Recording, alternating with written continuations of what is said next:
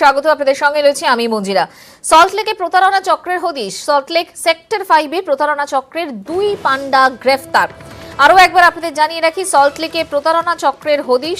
Salt Lake sector 5-এ প্রতারণা চক্রের 2 পান্ডা গ্রেফতার। টেলিফোনে রয়েছেন আমাদের প্রতিনিধি অনুপ চক্রবর্তী। অনুপ, এই যে চক্র, তারা কি কাজ করত, কিভাবে প্রতারণা করত?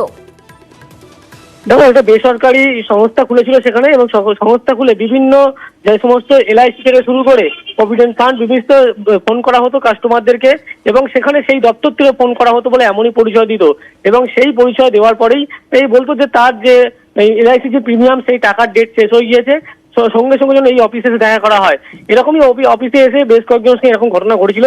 মূলত হুগলির এক বাসিন্দা লিখিত সৈয়দ রেজাউল করিম লিখিত একটি অভিযোগ দায়ের করেছিল সাইবার ক্রাইম থানায়।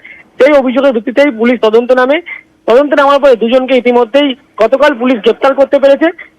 এই যে সংস্থা, সেই সংস্থার অভিজিৎ দেব ডিরেক্টর এবং প্রদীপ কুমার রায় রিজনাল হেড, এই দুজনকে গ্রেপ্তার করেছে। এদের কাছ থেকে 43,000 টাকা উদ্ধার করতে পেরেছে, এটিএম কার্ড, মোবাইল, বেশ কিছু, এবং বহু প্রতারিত মানুষ যারা এই সংস্থায় প্রতারিত হয়েছিল এমনই কিন্তু পুলিশ জানতে পেরেছে। এবং এর সঙ্গে একটা বড়সড় র্যাকেট কাজ করছে বলে বিধাননগর সাইবার ক্রাইম থানার পুলিশ কিন্তু জানাচ্ছে। ধন্যবাদ অনুপ। কথা বলছিলাম প্রতিনিধি অনুপ চক্রবর্তীর সঙ্গে।